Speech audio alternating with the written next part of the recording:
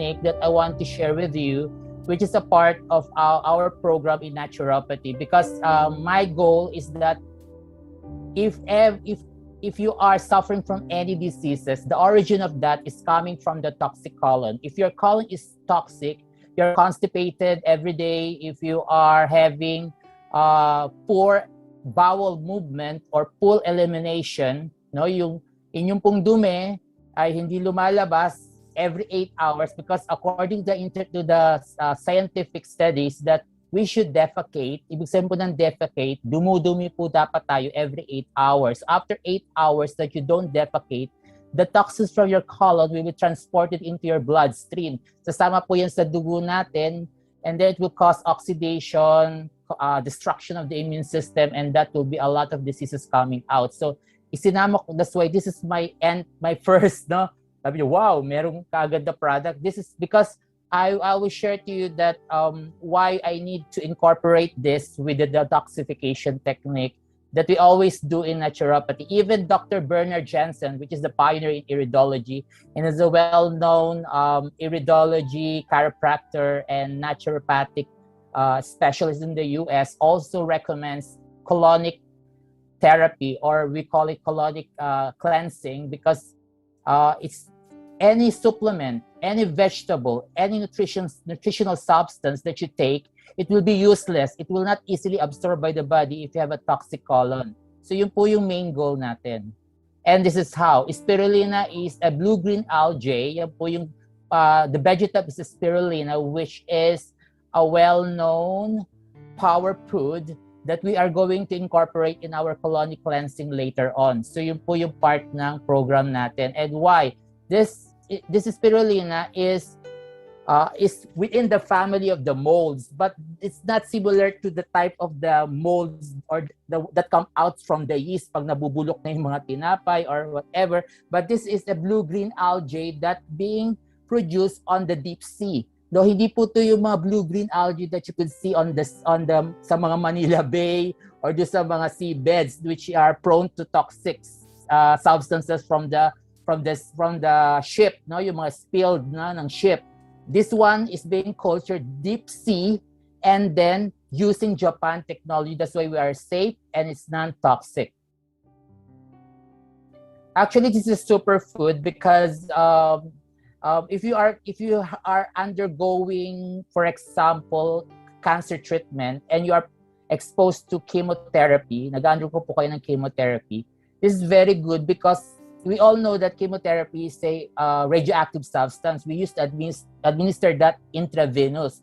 So like me, I also handling, when I was in the hospital, this chemotherapy treatment to patients as a registered nurse also. So we do IV therapy for chemotherapy, and these are radioactive substances. Most of our patients after the treatment, talaga pong they have baldness, nalalagas yung buhok, and you will see the weakness of the body. That's why this is a part of our recommendation as a part of the regimen if you are undergoing chemotherapy, because it helps to regenerate the damaged cells. Kasi po pag chemotherapy, radioactive substance yan. So it destroys all the healthy and unhealthy cells. Kasi ang target niya is the cancer cells, the malignant tumors, but also the healthy cells and the healthy tissues are being affected by the radioactive elements. Kaya po very weak ang body. And Vegetab will help to regenerate that. And why? And also to the other diseases, like if you have a weak immune system, now if you had a COVID before, or you have prone to tuberculosis, you have pneumonia. Actually, some of the COVID cases, ang complication is pneumonia. Even I handle US cases because I used to work home-based in the US. And I handle a lot of patients which has COVID-19, and most of the complications are pneumonia, and some are cardiopulmonary arrest. Also, yun yung cause of death nila. So that's why we need also this, because of the certain nutrients that we have. It prevents weaknesses of the immune system. So let's see. So like Vegetab it has amino acids that's without amino acids, those are byproducts of metabolism, so we need that. So like for example po, ang Vegetab natin, which is the spirulina, it has lysine. So lysine, we all know, di ba, sa mga vitamins ng bata, meron din yan. So it's not only for the kids, no? So lysine is needed by all ages. So lysine is ideal for stress. So because it balances your neurochemical transmitter. Kasi pag stressed ka, more of ang lumalabas sa brain mo is more of the epinephrine, epinephrine, tapos mga endorphins, no? Lahat yan mga stimulant yan, no?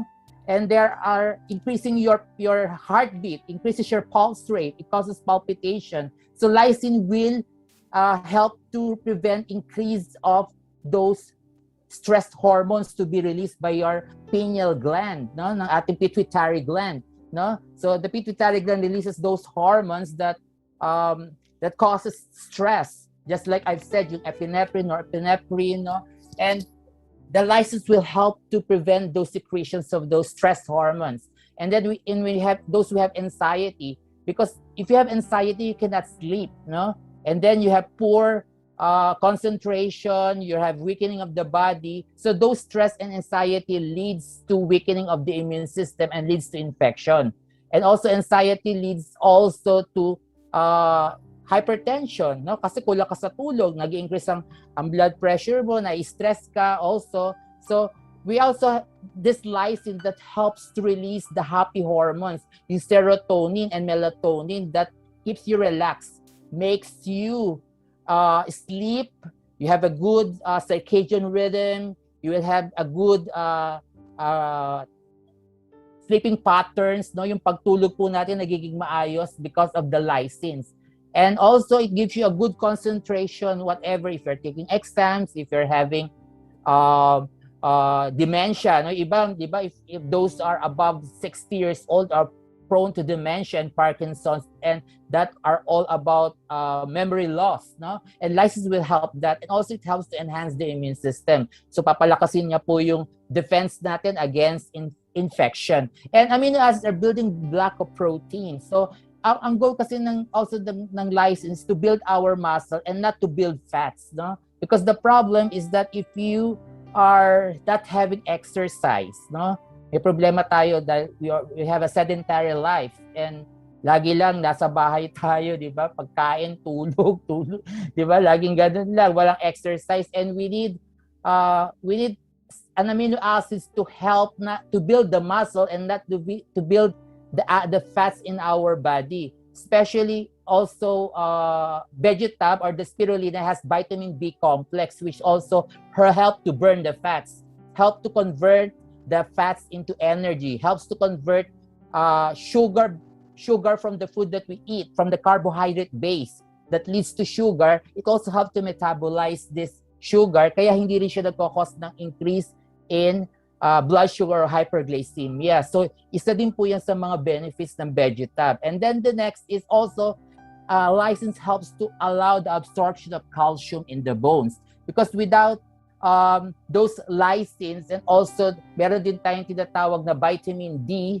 The vitamin D and the lysines also helps together to allow the calcium absorption in the bones to make it stronger. So normally, pag meron kang mga osteoporosis and you are prone to fracture, no, konting madulas ka na, nagka-fracture ka, misalignment of the bones, no, you need this because these are all precursor of the calcium. The lysine, the vitamin D are all precursors of absorption of calcium in the bones. And then also spirulina also have tryptophan. Tryptophan is also a type of natural substance that helps on the activation of our pineal gland. Yung pineal gland po na yan, nasa brain din natin. Those are the glands that helps on the neurochemical transmitters and also the release of natural hormones. So tryptophan activate the natural hormones so that the pineal gland will release the melatonin and serotonin. So ito po yung nagpapaantok sa atin. Di ba pag busog kayo, di ba normally pag kumain ka, pag busog ka, inaantok ka. Kasi pag full na yung stomach natin, no, naturally, it activates the pineal gland to release the melatonin and serotonin. So lumalabas po yan, and then we start to sleep and relax, inaantok tayo. Pero pag insomnia ka, hindi ka makatulog, there is an inability for the pineal gland to release the melatonin and serotonin. Kaya lagi kang gising, napaka-active, hindi ka makatulog. Especially, and this happens when you are stressed, if you're anxious, no, may anxiety ka, very active, very poor ang elimination nito. Konti-konti lang ang nire-release ng pineal gland, kaya lagi ka pa rin gising, tapos nagkape ka pa, di ba? Nagkano ka pa, uminom ka ng mga stimulants na that causes the decrease on the release of the melatonin, kaya hindi ka nakakatulog. And those who are insomniac have a problem on the melatonin and serotonin secretion. So we need this tryptophan, which is present in our spirulina or the Vegetab. And also the tryptophan helps also to produce niacin or vitamin B3 for metabolism. So it's needed by our liver. Normally, kasi di ba, there are what you call the fatty liver, which because of the increase of fatty deposits in our liver, causes a lot of leads to liver cirrhosis, no, and a lot of liver disorders, especially kung meron ka pang tinatawag nating hepatitis B, that also causes the destruction of the liver. So we need this tryptophan, so that the tryptophan will be converted into niacin, so that will help the liver to metabolize the fats that will not lead to fatty liver. So para matulungan po yung liver na hindi mag-accumulate ng maraming fats, and tryptophan will help that. And then cysteine. Ito po, sino po dito yung mahilig mag-glutathione? Kasi gusto kong pumuti, gusto kong gumanda. No, gusto ko. So actually, glutathione is being produced naturally by the liver. Ever since nung pinanganak pa lang tayo, nagpo-produce. Kailan kasi, as we age, no, tumatanda na tayo, no, normally pag 40 na, nagdi-decrease na ang natural production of glutathione. That helps. Actually, glutathione is needed for metabolism also of the fats, or cholesterol, no, yung mga sa mga kinakain natin. And these are all needed for maintaining of a good absorption of all the nutrients from the food that we eat. And yung pagputi lang po is adverse reaction of the glutathione effect. So yung pagputi, but it's not the glutathione that makes us have a white skin. It's also only an adverse effect of the glutathione. But this one, the Vegetab, the Spirulina, has a natural glutathione, which is cysteine. Natural po siya, hindi chemically based. Kasi yung binibili natin ng mga nasa capsule, no, yung mga binibili natin, those are synthetic type. And those that is present on Vegetab is natural cysteine, which is a component of glutathione, but it also helps for the good production of the nails. Nakakatulong po siya kasi beta-carotene type siya, no? So, ibig sabihin ng beta-carotene kasi it's related to proteins derivatives, no? So it helps the keratin to be absorbed by the nails. Kasi yung keratin po, yan yung protein substance sa kinakain natin. And if that is not being properly absorbed by the nails, the hair, and the skin, nagkakaroon po ng poor production. Minsan po, di ba, patay yung kuko ninyo sa mga kaya yung kuko ko, kailangan ko na ipalibing. Di ba? Kasi patay na siya. Because those are signs of poor absorption of the keratin or the natural protein in your nails. And the hair, bakit nalalagas yung buhok ko? Bakit ang skin ko kulubot? No, hindi maganda improvement, madaling magkaroon ng irritation because there is a poor absorption of the keratin, of the natural protein from the food that we eat, and cysteine, which is present on the Vegetab, will help on the absorption of the beta-carotene on the nails, hair, and skin. Kaya nga po sabi ko nga, di ba, pag kini-chemotherapy yung pasyente, maganda siya kasi di ba nalalagas po yung buhok, so makakatulong siya para mag-improve pa rin yung growth ng hair niya. Kasi dry na dry ng skin yung mga nagpapakemotherapy din. It will help also. So it's a great help and it's give them strength also. Kasi lahat nga sinisira ng radioactive substance sa chemotherapy yung mga healthy cells and tissues. And i-revive po ulit yun. Mag-regenerate to a new, more natural growth of the healthy cells again sa mga na-damage ng chemotherapy. And then also, there are also antioxidants. So like, for example, there is retinol, which is a vitamin A. Actually, it starts with beta-carotene that you absorb from the spirulina. Yung muna po i-absorb ninyo from spirulina pag tinik yung beta-carotene. And beta-carotene will be metabolized into vitamin A, which is retinol. Hindi po yung vitamin A ang tinatake ninyo from spirulina. It is the beta-carotene, and once it metabolized, it will become vitamin A, which is retinol, and that is the antioxidant also. So ibig sabihin panlaban sa infection, no, panlaban sa cancer, And also antioxidant means it prevents oxidation. Oxidation is the destruction of the healthy cells. Galing po siya sa free radicals, sa mga kinakain natin, like if you're fond of eating canned goods, mga preservatives, no, yung mga noodles and a lot more, no, yung mga canned goods, no, and also from everything, almost a lot of foods that we eat has chemical substances which are preservatives that leads to cancer and also destruction of the immune system. Kaya po talaga nakakatakot po minsan na kumain na. Kaya nga, we encourage na we select our food, we maintain organic substance, and here also in Vegetab we get all the needed nutrients, no, that really we don't get from other foods that we eat. And what is good about this, it gives you a lot of fighter for the free radicals. Yung free radicals po na yan, pag nag-cause yan ng oxidation is a chemical process that takes place in our cell that destroys your immune system, your antibodies that fights infection, your healthy cells, it destroys the healthy cells, and that's the start of the invasion of the cancer genes or oncogenes. Doon po mag-start mag-attach doon sa damage ng oxidation na cell, and that will the time that during the process of oxidation or destruction of the healthy cells, that's the time that the cancer cells will invade it and start on the development of the tumor. That's how it processes like that. Kaya po talaga katakot. Fast foods, also a lot of free radicals po yung fast foods natin. And if we could have the natural, organic diet, that will be very nice. And next is, there is also zeaxanthin and lutein dun po sa ating Vegetab versus Spirulina. And that helps on the improvement of the eyesight, no? No, narinig niyo po yung sa mga TV, may optin, which is nandun na po sa Vegetab natin. So, di ba napakagaling? Extraction, no? Or macular diseases. Because macular diseases pertains to the generation of your retina. Yung retina po, yan po yung part of our eye na nag-create ng color on our vision.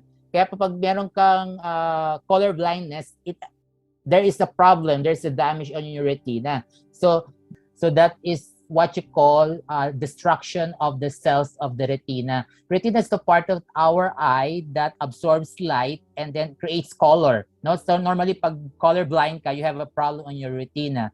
And lutein and zeaxanthin is present in our Vegetab, the Spirulina, that improves your eyesight. And it's also good for this kung meron kang diabetic retinopathy, which is present also sa diabetes, no?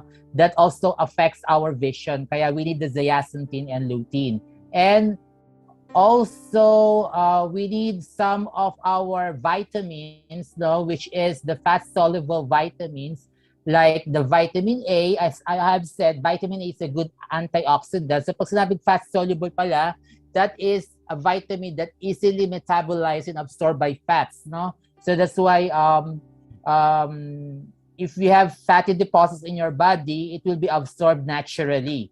So vitamin A is good for protection against infection, no? And also babalik ko po sa sorry.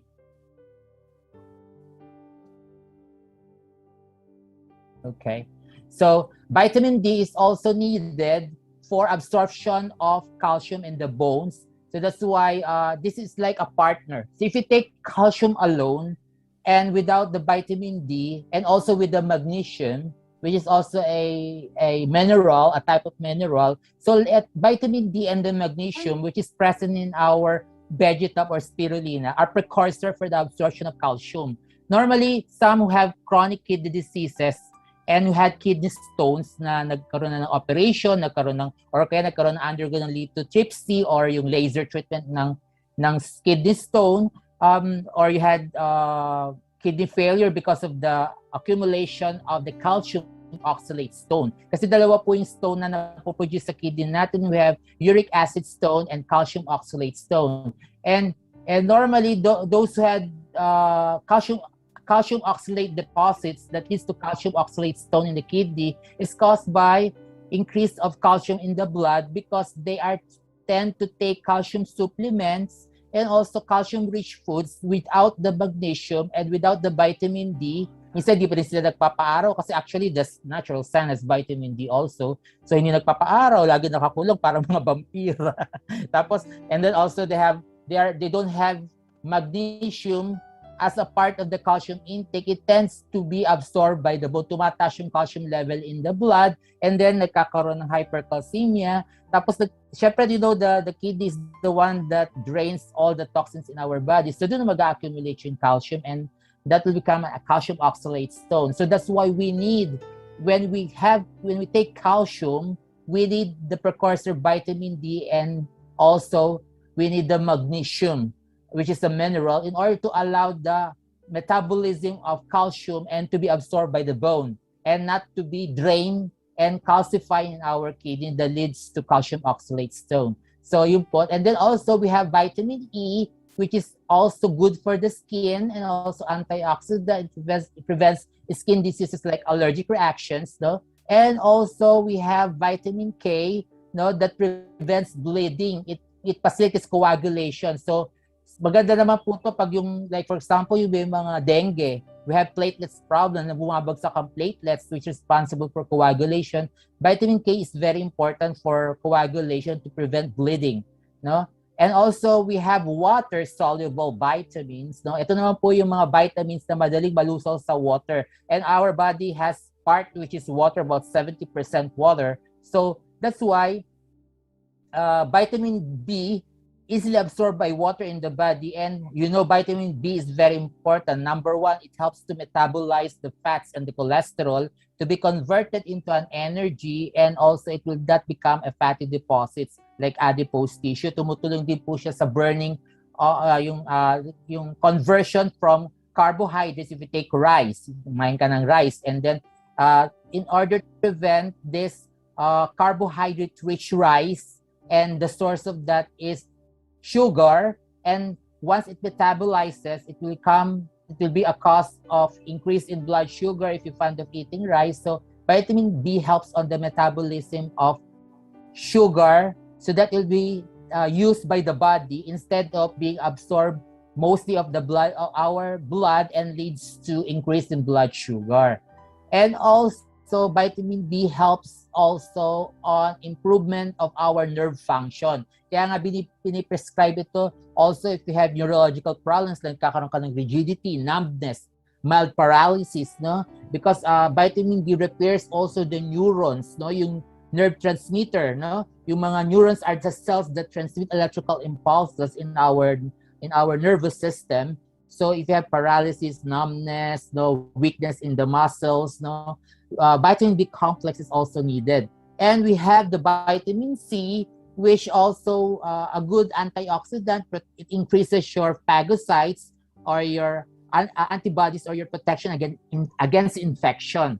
And also we have the chromium, which is the minerals. Ito po yung maganda sa diabetic because chromium is a mineral that helps also on the metabolism of sugar in the blood. So if you're fond of eating sweets, mga table sugar, no, mga chocolates, anything that has form of sugar, and once it accumulates in your bloodstream, it will cause increase in blood sugar. So chromium will help to metabolize that. So kung meron ka ng vitamin B complex and chromium together, both of them helps on the metabolism of excess sugar in the blood that prevents hyperglycemia or increase in blood sugar level.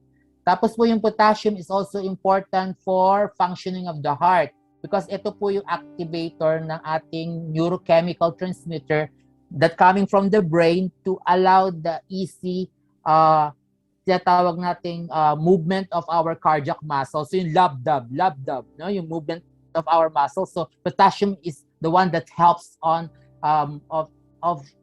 normal rhythm. Tinatawag namin cardiac rhythm. It normalizes our cardiac rhythm. If you have ECG nagkaroon ka ng ECG or electrocardiography test, and you have sabi, meron kang sinus bradycardia, you have sinus tachycardia, you have sinus arrhythmia, no, meron kang mga irregular heart rhythms, potassium will help to correct that, no, all those irregular cardiac rhythms. Kaya po potassium is very helpful with that. And we have that in our spirulina. And also the magnesium, sinabi ko na po kanina, precursor siya ng calcium to be absorbed so that it will be easily absorbed by the bones. And also we have the zinc. Zinc is a very important enhancer of our immune system. Kaya po nga, sinasama ko to dun sa program ng cancer treatment kasi po, zinc helps to activate the T cells. And T cells, once it's weak, mahina po yung T cells natin with a type of antibodies that fights the infection. Also, if you have a weak T cells, it tends to allow the growth of the cancer cells. And zinc activates the T cells that prevents the growth of the cancer cells in the body. And also a lot, no, ito po yung ating mga health benefits ng Vegetab. Mamaya po bibigyan ko yun ng recipe para mag-detox po kayo. Para mamaya, pag meron pa po tayong ibang mga health concerns na i-intake po ninyo, it will be helpful kasi normally if you do detoxification and also yung helping your body to regenerate if you have damaged cells, you need the Vegetab. So kaya po isasama natin sa detoxification para habang nagki-cleansing ka ng colon, Vegetab will supplement all the lost nutrients in your body while doing the detoxification. Kasi di ba nililinis yung bituka mo, yung colon mo. So syempre naglo-lose ka ng other nutrients. So it will supplement you with that. And also at the same time, sabi ko nga, if you're undergoing chemotherapy, it will help to repair the damaged cells during the chemotherapy treatment. So, sabi ko nga, like for example, may sinabi dito sa PowerPoint na helps prevent breast cancer because of the zinc. Because the zinc activates the T cells, no, that prevents the growth of the cancer cells. And also, what's good about this product is it also helps to normalize, no, yung hormonal secretions, no, kasi yung meron siyang vitamin E helps to normalize female hormone secretion kasi normally one of the major cause of breast cancer also is yung imbalance hormonal secretions. Pag normally kaya yung ibang most of the cases na nagkaroon ng breast cancer yan yung mga irregular menstruations, no, tapos yung meron mga nag-undergo ng hormonal therapy, no, hormonal replacement therapy. So those are certain cases that really lead to that, no. That's why we need also this product to help, no, the body maintain its hormonal secretion, especially kung menopause na yung female, di ba? Ang dami niya ng mga hot flashes, no, problem na sa hormonal secretion. So you need this also. And helps prevent ovarian cancer. So tumutulong din po siya kasi normally sa ovarian cancers leads to also to, ang latest study is problem in hormonal secretions. And we have that also yung vitamin E that normalize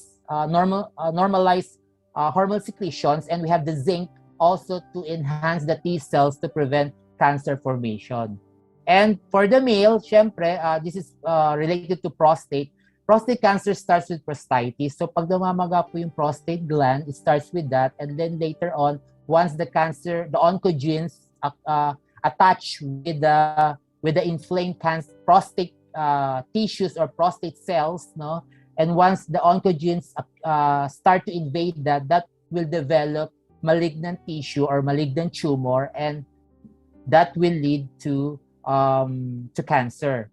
So normally, marami po sa atin, ano ba ang pagkakaiba ng cancer sa tumor? So normally po, when a tumor develops in an organ, tumor is an abnormal tissue, but if that is benign, it's not yet cancerous. So that's why nagkakaroon po ng biopsy, and that's why once there was a biopsy, and that's the time that pag na-check po na talagang yung tumor is malignant, and that's the time that we will proclaim that is a cancerous type of tumor. And then we have diabetes. So diabetes po is an increase in blood sugar. So meron po tayong mga insulin dependent, non-insulin dependent, but mostly yung mga insulin dependent po, kailangan din po talaga ninyong i-maintain yung inyong subcutaneous insulin injection, of course, sa mga insulin dependent. But this will be a part of your treatment, yung Vegetab, kasi as I have said, meron tayong chromium picolinate, yung chromium kanina, sinasabi ko, that helps on the metabolism of sugar in your blood para hindi na po tumaas, no? Magkaroon ng hyperglycemia. but still you have to maintain your insulin injection from your doctor. But kung non-insulin dependent ka naman, there is also yung mga metformin, no, na mga oral medications, no, that we give for the non-insulin dependent that you have to maintain also. But at the same time, you need also regular na glucose tolerance test. Dapat meron kayong sa bahay na yung piniprick po sa daliri, tapos meron kayong glucometer or glucose tolerance na test sa bahay ninyo para lagi nyo na-monitor kasi delikado po yung bigla kayo na nagkakaroon ng yung kasi nagpa-fluctuate yan, yung nagkakaroon ng hypoglycemia bigla, tapos maaaring mag-collapse kayo, magkaroon kayo ng related cardiovascular cases, no, for this sudden fluctuation of blood sugar. And also sa heart and stroke, no, because we have also dinatawag nating vitamin B complex in the Vegetab that helps, no, to prevent accumulation of cholesterol in our arteries and veins. Kasi yung vitamin B complex nga po sinasabi ko, and helps on the metabolism of fats and bad cholesterol. Tapos so meron pang potassium sa Vegetab that helps to improve our constriction and dilation. Yung pagsikip, constriction po yung pagsikip, dilation yung pagluwang ng ating mga blood vessels such as the arteries and the veins. So mapansin nyo po, para mag-normalize ang blood circulation, kailangan normal ang constriction and dilation. Kasi pag puro constriction lang, mag-increase ang blood pressure, magkakos ng cardiac arrest or magkakos ng tinatawag nating thrombus, no, or blood clot that will lead to stroke sa ating blood vessel. Kaya kailangan normal yan, at the potassium will help that, no?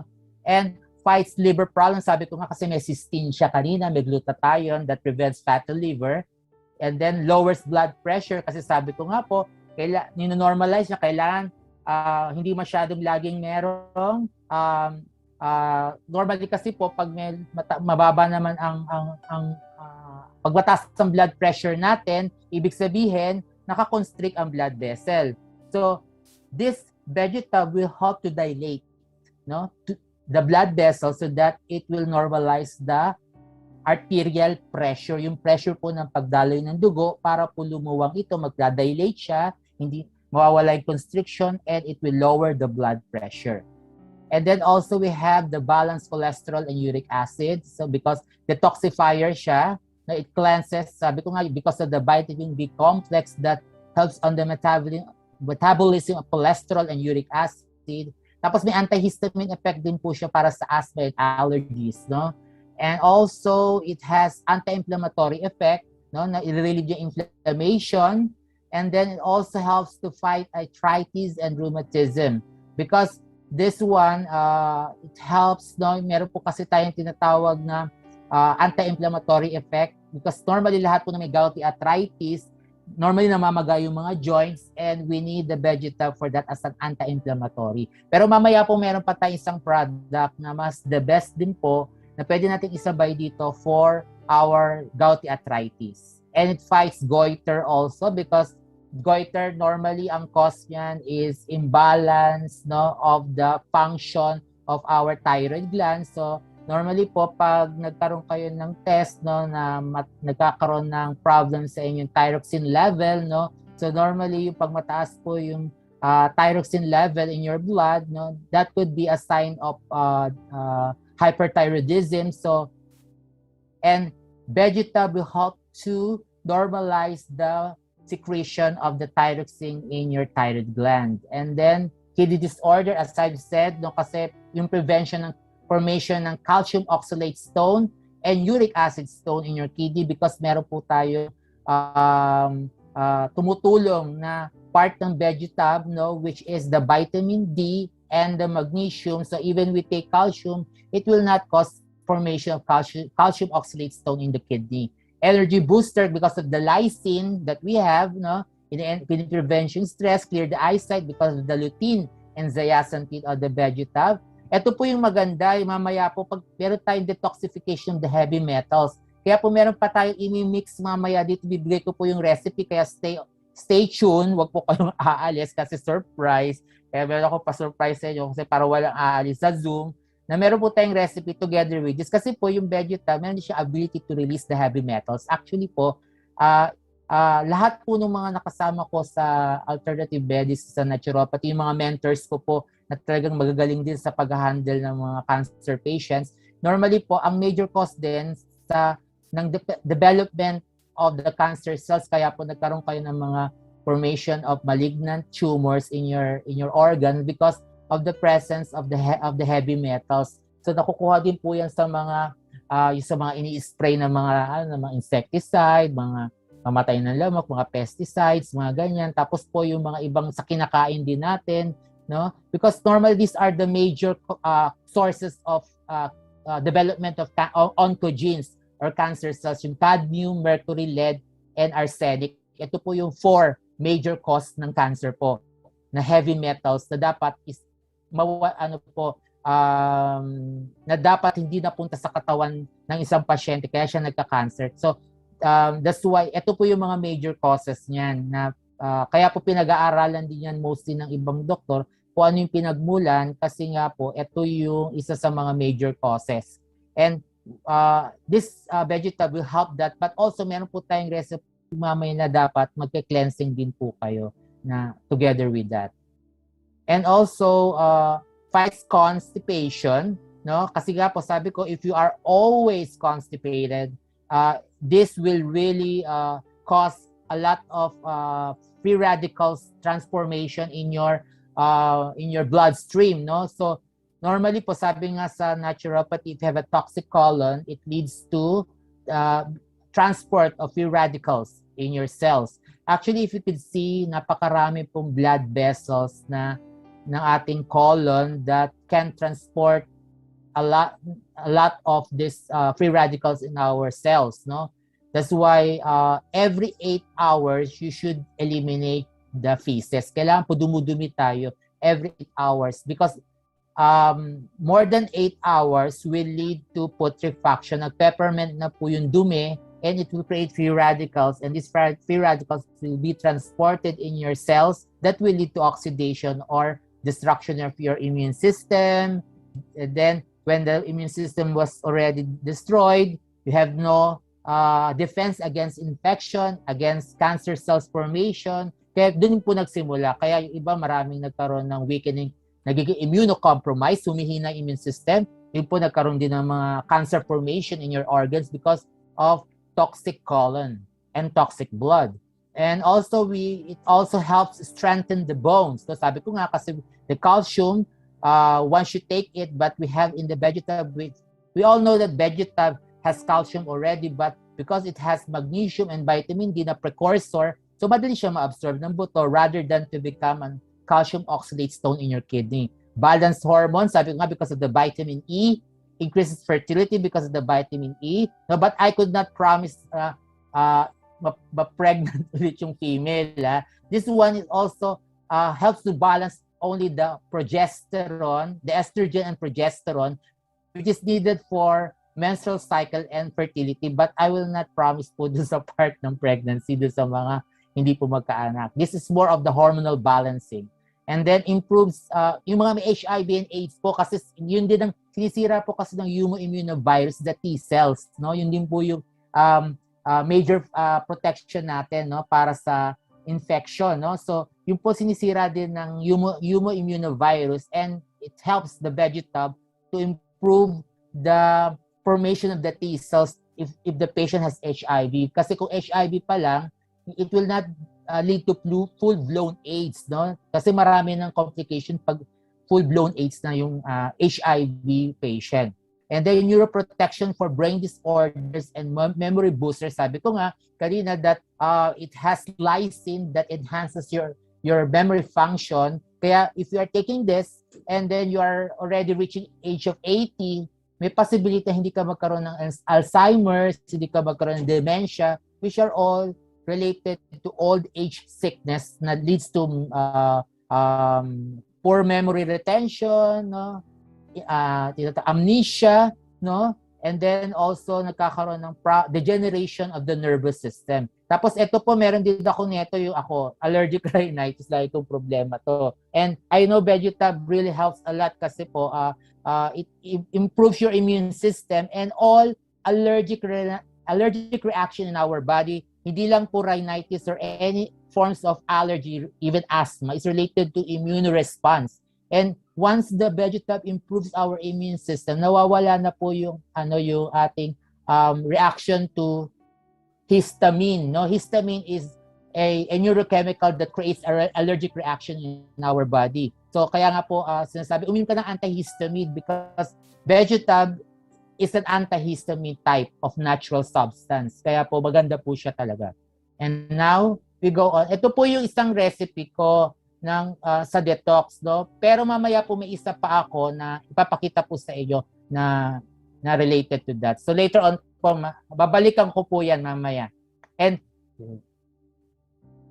now we go back to our detoxification. Ayan na po. So detoxification will do, kasi kailangan po, sabi ko, kailangan yung detox yung colon kasi any toxin in our colon leads to oxidation in our system, nagpo-formation ng free radicals that leads to poor absorption of any nutrients. Kahit po ano yung kainin yung herbal, kahit anong inumin ninyo, pag toxic yung colon ninyo, hindi po lahat ma-absorb ang nutrients. So you need to detoxify your colon, and how you do that? There are other recipes that you could do. Like for example po, ito po isang recipe na ginawa ko. We have the psyllium powder. No? Alam niyo po ito yung psyllium husk. No? Or we call it the plantago ovata. Meron po yung mabibili sa mga health food shops. I think sa mga pharmacy meron din siya. It's called psyllium powder. So about if you are about 1 tablespoon of this, 1 tablespoon, and then about half tablespoon of parsley, i-chop po ninyo. Tapos mga half of the whole cucumber, i-cut nyo po. And then the tomato, about 2 pieces of tomato. And then 1 tablespoon of honey. Tapos po yung Vegetab, yung Spirulina, dikdikin nyo po. If you have mortar and pestle, or kahit po anong way ng pagdikdik nyo, i-ground po ninyo. And then you use blender and blend it. And then you take it in the morning. No? And also in the morning and then in the evening, twice in a day. So before bedtime and also in the morning. Pero kung busy po kayo, mas maganda po pag nakauwi na lang kayo, kunyari nag-work kayo, you take it na lang, for example, mga 3 o'clock or 4 o'clock bago kayo umuwi, tapos isa sa bedtime, basta twice in a day. When you're about to go home, tapos po isa ulit before bedtime. And you will see, talaga pong mag-aano kayo, once you do an excessive bowel movement, nagdudumi po kayo talaga kasi para siyang cleansing effect. Talagang dudumi kayo ng dudumi. You have to increase your fluid intake. Inom lang po ng tubig. More than 12 glasses in a day habang po nag-release yung mga toxins. No? And then also, but please don't take it together with the squalid kasi sayang lang lalabas. So dapat po meron po kayong pagitan ng mga 8 hours, no? Or 4 hours like that. 4 hours po yung pagitan. Huwag niyo pong isabay siya kasi sayang si squalene. Around 4 hours yung pagitan po. And then, another recipe is psyllium powder. Yun naman po ulit. And then, you mix it with, so 1 tablespoon of psyllium powder, and then cinnamon, 1 tablespoon, and then half of the lemon, you slice it, squeeze it, and then 1 tablespoon of honey and 4 tablets of grounded Vegetab.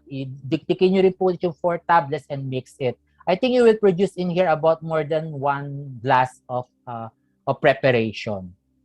And then next is the next preparation is psyllium powder again, so about 1 tablespoon, avocado, about half slice lang po, nung kalahati lang po ng buong avocado, and then 1 tablespoon of honey and 4 tablets of grounded Vegetab. Dikdikin niyo po ulit. All of this you have to use the blender para po ganito yung appearance niya.